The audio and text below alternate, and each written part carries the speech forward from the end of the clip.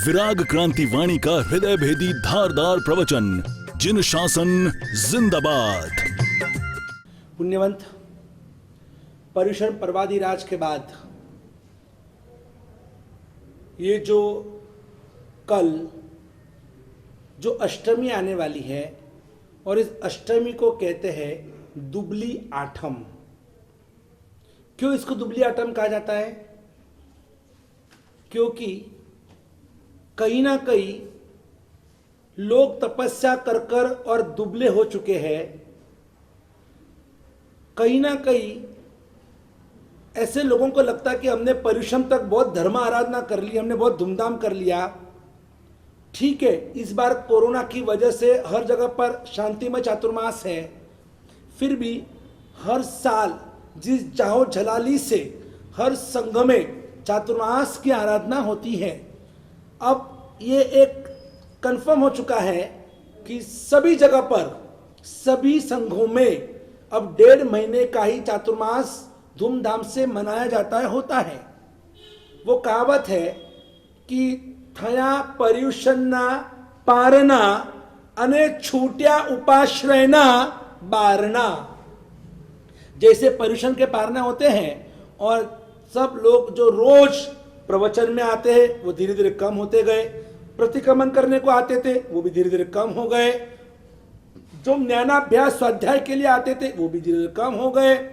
अब लोगों को अब सब घर परिवार दुकान धंधा वापस उसी में, अब भोग विलास घूमना भटकना, 1.5 महीना बहुत धर्म कर लिया, पेट भर गया, अब बहुत हो गया, अब चलो अभी वापस होटल शुरू, वापस बाहर भटकना शुरू, इधर उधर घूमने जाना वगैरह सब प्लानिंग्स बनने लगते हैं। लोग जो आज तक 1.5 महीने तक अष्टमी तक जिन्होंने अपना मुंह बंधा हुआ रखा था, अब सबके कहते हैं ना दहीना घोड़ा छुट्टा।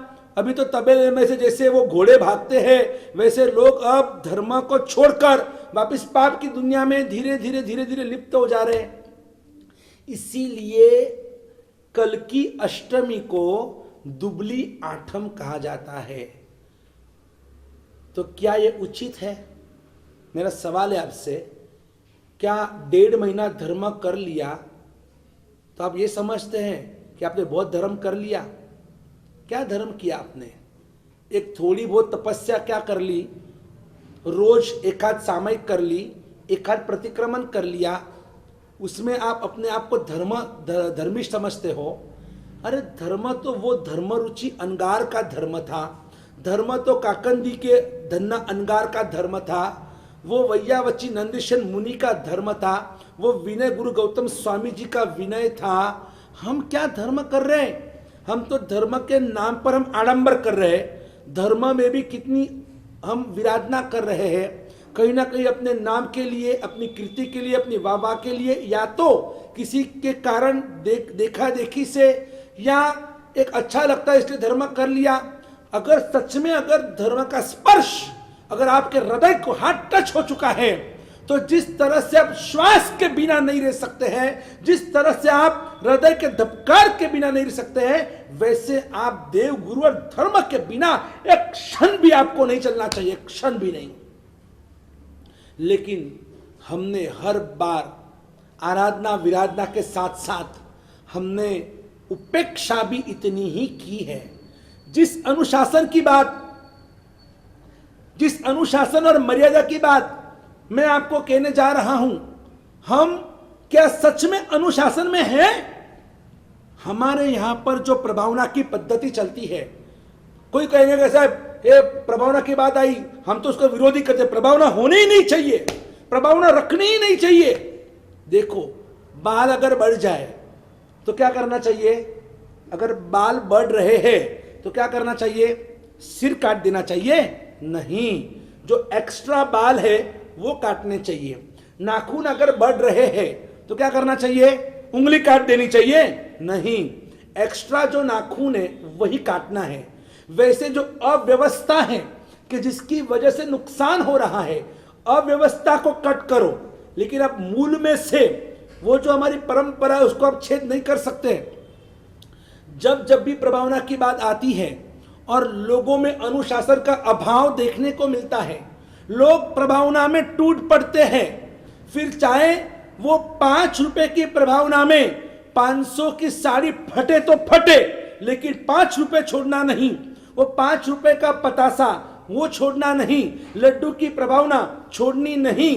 अगर जहां पर भी ऐसी ऐसी प्रभावनाएं मिलती हैं वहां लोग भागम भाग दौड़ा दौड़ करते हैं।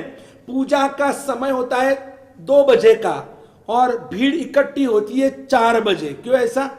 पूजा का समय, पूजन का समय होता है क्या, और लोग कब आते हैं सबको पता है। लोगों की भीड़ जमती है कब? वो जैसे वो पूजा का आखिरी वो जब गाना होता है, गायो गायो रे गायो गायो रे, और उतने में वो मम्मी चिंटू पिंटू मिंटू स्वीटू पप्पू को लेकर और बोलती है आयो आयो रे आयो आयो रे। ये क्या व्यवहार है? अरे जिसने पूरी पूजा का लाभ लिया है, जो पूरे पूजा में बैठे उनके लिए प्रभावना होती है। ये लास्ट में सिर्फ प्रभावना के लिए नहीं जाते। ये अनुशासन का अभाव हमारे में दिख रहा है। हमारे मंदिर उपासना में चप्पल पहनकर आना ही नहीं चाहिए, और उसकी जगह पर लोग चप्पल पहनकर आते हैं तो आते वापिस एक पूरब में पश्चिम में रखेंगे, डर है कोई मेरी चप्पल चुरा करना लेके जाए। कितने होशियार होते हैं हम लोग। यहां पर आकर भी हमारी नजर दर्शनम देव देवस्य दर्शनम पाप नाशनम, एक बाजू हम भगवान की हम स्तुति बोल रहे हैं और बार बार नजर हमारी पीछे जा रही है, कहीं मेरी चप्पल कोई लेकर तो नहीं गया ना। वहां पर चप्पल में मन होता है, बोलते दर्शनम देव देवस्य, दर्शनम तो चप्पल में मन है, तो ऐसे भगवान कहाँ मोक्ष हमको देंगे। इसलिए और वो भी चप्पल पहनकर आते तो आते हैं और वापस ऐसे ढगले ढगले छोड़कर चले जाते हैं। अरे कम से कम अनुशासन किसको कहते हैं? पहले शुरुआत यही से करो। जब भी आप मंदिर उपास्य स्थानक में जब भी आते हो जाते हो, चप्पल पहनकर आना ही नहीं, और अगर चप्पल के बिना नहीं आ सकते हैं, चप्पल पहन के आते हो, तो आपको एक लाइन में चप्पल लगानी चाहिए। एक लाइन में आने वाले कोई भी मेहमान लगना चाहिए। वाह क्या शिस्तता है, क्या अनुशासन है। हमने ऐसे सिखों को देखा है, सिखों को। नवी मुंबई के अंदर जब हमारा कत्ल खाना विरोध अभियान चल रहा था और बहुत बड़ी रैली निकाली, बहुत बड़ी सभा का आयोजन किया, और उस समय गुरुद्वारा से सिख के कुछ 5-6 बंदे हमारे पास आए और कहा गुरुदेव हमें भी लाभ दीजिए, हमें कुछ, हमें हमारी योग्यता के अनुसार हमें कुछ काम कार्य सेवा करने के लिए हमें कुछ आप आज्ञा दीजिए, आज्ञा फरमाइए। हमने कहा भाई कुछ काम नहीं बचा है, सब काम हो चुका है। आखिर उन्होंने सामने से मांगा, उन्होंने कहा गुरुदेव काम करो, सबके चप्पल और जूते लाइन में रखना, उनको संभालना, वो लाभ हमें दीजिए। इतने बड़े बड़े सिख श्रेष्ठी आए हुए थे और वो सामने से कह रहे हैं कि चप्पल बूट लाइन में लगाना, उसको संभालना, वो जिम्मेदारी हम लेने को तैयार है। कितनी बड़ी बात है, कितनी बड़ी सेवा का लाभ ले रहे हैं। हमारे यहाँ तो प्रवचन चलते, प्रवचन में भी लोग चप्पल पहनकर बैठते, बूट पहनकर बैठते। गुरुदेव है, गुरुदेव के सामने चप्पल और बूट पहनकर कुर्सी लगाई है तो ठीक है, चलो कुर्सी रखी, लेकिन वो चप्पल बूट कहाँ रखे? तो वही पहनकर अंजन शलाका में प्रतिष्ठा के महोत्सव के अंदर या फिर बड़े बड़े महासभाओं के अंदर लोग चप्पल पहनकर बैठते हैं। वरघोड़ा चलता है, वरघोड़ा रथ यात्रा में देखो तो रथ यात्रा में भी और खुले नंगे पांव चलना चाहिए, उसमें भी चप्पल पहनकर चलते हैं, उसमें भी मुंह में डूचा होता है। और जब हम भगवान महावीर की जय बोलते हैं तो उसमें भी झूठे मुंह से बोलना भी नहीं चाहिए, झूठे मुंह से। और उसमें भी कृष्णानंदन वीर की बोल भी नहीं सकते, भी जय बोलू महावीर की। ये क्या ऐसे बोलते हैं क्या? हाँ, ये आप पान का डूचा या मसाला भरा हुआ है और उससे आप भगवान की जय बोलते हैं। और भी एक खासियत देखो कि जब भी वरघोड़ा होता है और वरघोड़े में लोग अपने ही जैन परिवार के लोग, और वो क्या करेंगे तो कि वरघोड़ा का रूट मालूम है कि यहाँ से वरघोड़ा निकलने वाला है, तो जहाँ से वरघोड़ा निकलने वाला है वहाँ पर पहले नहीं जाएंगे, वो राह देखते खड़े रहेंगे। अभी तक वरघोड़ा नहीं आया, अभी तक वरघोड़ा नहीं आया, कहाँ पहुँचा। वरघोड़ा देखने के लिए अपने घरों के बाहर नीचे खड़े रहते हैं और अलग अलग चौक में खड़े रहेंगे। और फिर जब वरघोड़ा निकलेगा और फिर वरघोड़ा निकलने के बाद बोलेंगे वरघोड़ा तो बड़ा था लेकिन कोई वरघोड़े में आदमी नहीं थे। हाँ, संख्या बहुत कम थी वरघोड़े में। अरे तो कम ही रहेगी ना, खुद तो खड़े उधर साइड में, आपको वरघोड़ा में ज्वाइंट होना चाहिए। आप खुद तो साइड में खड़े रहते हैं वरघोड़ा देखने के लिए और फिर बोलते हैं वरघोड़ा में संख्या कम है, आपका देखकर दूसरा, दूसरे का देखकर तीसरा, सब वरघोड़ा देखने के लिए लाइन में बाजू में खड़े होते हैं। अरे वरघोड़ा तो अजैनों के लिए होता है। वरघोड़ा रथ यात्रा वो अजैन लोग देखने के लिए आएंगे। हम जैनों ने बाजू में खड़ा नहीं रहना चाहिए, हमने तो उसमें ज्वाइंट होना चाहिए। हमने वरघोड़े की शान बढ़ानी चाहिए। बहनों ने सिर ओढ़कर अनुशासन में, लाइन में, और इस तरह से पहले गुरु भगवान, फिर श्रावक, फिर बीच में भगवान का रथ होता है, फिर साध्वी जी भगवान, फिर श्राविका। ऐसा कुछ नहीं है, इधर उधर सब क्या क्या मालूम क्या परेड करते रहते हैं। उसमें भी बहनें जो होती है खुले सिर, खुले बाल और यहाँ वहाँ फैशन परेड की तरह घूमते रहती है।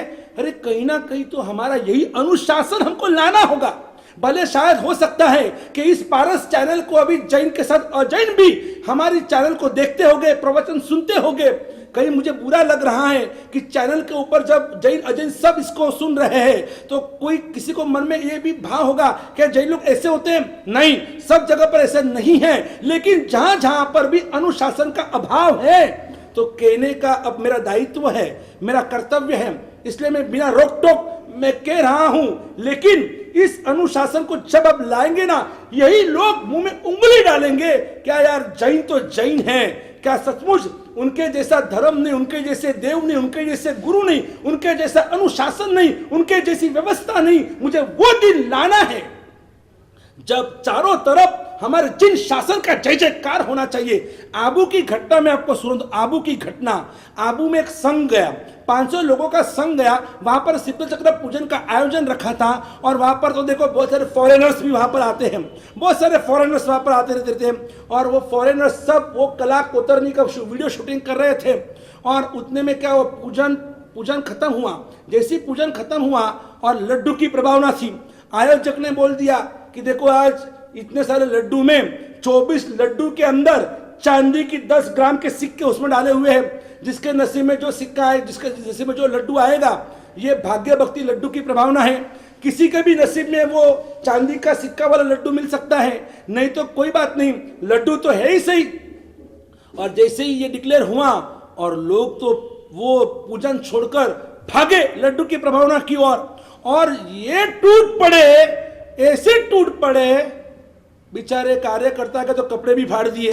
और ऐसी स्थिति के अंदर हाहाकार मच गया, वो प्रभावना बंद करनी पड़ी। लोग तो वहां से हिलने को तैयार नहीं है, नहीं हमको प्रभावना चाहिए, प्रभावना चाहिए, प्रभावना चाहिए। और वो जो फॉरेनर्स थे, देखो फॉरेनर्स हमारे मंदिर में आते हैं ना, वो क्या करते हैं आपको मालूम होगा, आपने सभी ने देखा है। शत्रुंजय में आपने फॉरेनर्स को देखा है, आपने संकेश्वर में देखा है, आपने गिरनार जी में देखा है, आपने आबू देलवाड़ा राणकपुर में आपने देखा है। फॉरेनर्स जहाँ जहाँ भी आते हैं तो वो सीधे क्या करेंगे, कैमरा ऑन कर कर पूरा वो जो भी वहाँ का शूटिंग लेते रहते हैं। तो जो शूटिंग चल रहा था वो कला कोतरनी, हमारे मंदिर के जो भी कुछ कार्विंग वगैरह, और उनका कैमरा पैन हो गया ऊपर से सीधा नीचे। जो ये सब जब लड़ रहे झगड़ रहे, पूरा कैमरा वहां पर फोकस हो गया।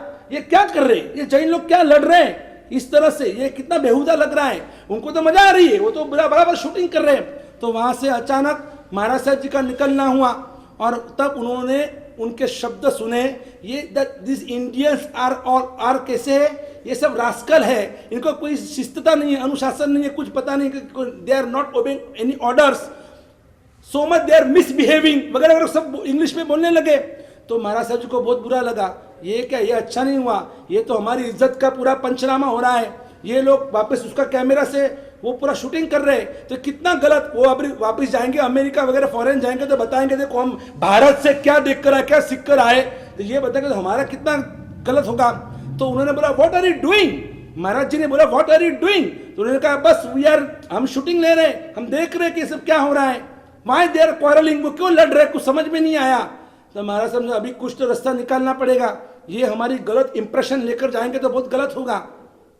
और इसलिए महाराज जी ने कहा कि no no they are not quarrelling, वो लड़ नहीं रहे, वो प्रसाद के लिए वो कामना कर रहे कि सबसे पहले वो मोक्ष का लड्डू मुझे मिले। तो इससे क्या होता है, एक फॉरेनर पूछा कि इससे क्या होता है, लड्डू से क्या होता है। अरे ये कोई जैसे वैसा लड्डू नहीं है, ये मोक्ष का लड्डू है। ये अगर लड्डू अगर हमको मिलता है ना, जिसको ये लड्डू मिलता है, he goes first to heaven, वो जल्दी उसको हेवन मिलता है, वो भगवान बनता है। ये प्रसाद भक्ति रंग रो ओ लाडू, सब मिलके खइजो रे के लाडू मीठो रे। महाराज जी ने उनको पट्टी बढ़ा दी और वो फॉरेनर्स होते, क्या बात है, वाह वाह, कि अगर ये लड्डू अगर हाथ में आता है, लड्डू मिलता है और उससे अगर हेवन मिलता है, ये तो बहुत बढ़िया है। आप सोचेंगे न, यकीन नहीं करेंगे, वो फॉरेनर्स उन्होंने अपने कैमरे बाजू में रखे और वो भी घुसकर उस भीड़ के अंदर लड्डू लेने के लिए। ये हालत है हमारी। ठीक है, वो महाराज जी ने अपनी इज्जत तो बचा ली, फॉरेनर्स भी लड्डू लेने के लिए घुस गए अंदर। जितने लोग खाने को आते उस मुताबिक जगह नक्की करो, उस मुताबिक मंडप की व्यवस्था करो, उस मुताबिक इतनी ही आइटम रखो। तो हर चीज में अनुशासन जरूरी है। पक्षाल में देखो तो वहां पर भी भीड़ भाड़, धक्का मुक्की, हर जगह पर धक्का मुक्की। अभी प्रतिक्रमण संवत्सरी का उसमें भी जगह का बुकिंग चलता है, बुकिंग। ये सब कुछ गलत है, सब गलत है और इसी को सुधारना ये हमारा कर्तव्य है। हमें उपेक्षा भाव में नहीं, हमें आराधक भाव में जाना है। हमें अनुशासन हमारे व्यक्तिगत जीवन में सबसे पहले लाना होगा। बार बार दोहराता हूं, अगर हमें सच में एक योद्धा बनना है, जिन शासन का एक योद्धा, महायोद्धा बनना है, हमें जिन शासन के एक सच्चे रक्षक बनना है, हमें पूरे राष्ट्र को और हमारे धर्म की सुरक्षा करनी है। और इसलिए जरूरी है कि हमारे जीवन के अंदर परिवर्तन आना और लाना आवश्यक है। और भी इस जीवन को बेहतरीन बनाने के लिए सच्चे योद्धा के क्या लक्षण होते हैं और क्या हमारा मास्टर प्लान आगे का होगा, रोज के रोज आप व्याख्यान सुनते जाइएगा, लोगों को बताइए, सुनो ये प्रवचन गुरु भगवंतों के ऐसे ऐसे जो भी गुरु भगवान प्रवचन दे रहे हैं, आप सुनोगे तो आपको आगे क्या करना, आपको प्लानिंग के लिए बहुत आसान होगा। इसलिए आप बाकी सब कुछ छोड़कर भी ये प्रवचन सुनना कभी मत छोड़ना, बाकी सब छोड़ो, प्रवचन सुनना कभी मत छोड़ो। यही मेरा आपको कहना है। जय गिरिराज, जय आदिनाथ, बोलो पूज्यपाद, बोलो समन भगवान महावीर स्वामी परमात्मा की जय हो। बोलो पूज्यपाद वर्तमान गच्छाधिपति आचार्य दौलत सागर सुरेश्वर जी महाराज की जय हो। इस कार्यक्रम के पुण्यार्जक हैं क्रांतिकारी गुरुदेव पूज्य पन्यास श्री विराग सागर जी महाराज एवं अध्यात्म योगी पूज्य मुनि श्री विनीत सागर जी महाराज के संसारी बड़े भाई, कोरोना के सैकड़ों पेशेंट्स की जिंदगी बचाने वाले होम्योपैथिक डॉक्टर श्री कल्पेश अशोक भाई शाह पुणे। श्री शत्रुंजय सेवक क्रांतिकारी पूज्य गुरुदेव पन्यास प्रवर श्री विराग सागर जी महाराज साहेब प्रेरित शाश्वत महातीर्थ श्री शत्रुंजय पालिताना जीव दया अभियान में यथाशक्ति अवश्य लाभ लेकर अनंत लाभ प्राप्त करें। Account details: Vishwa Raksha charitable trust, bank Axis bank, account number 91600006305833, IFSC code UTIB 0002863, PAN card number AACTV 1110A, ATG available.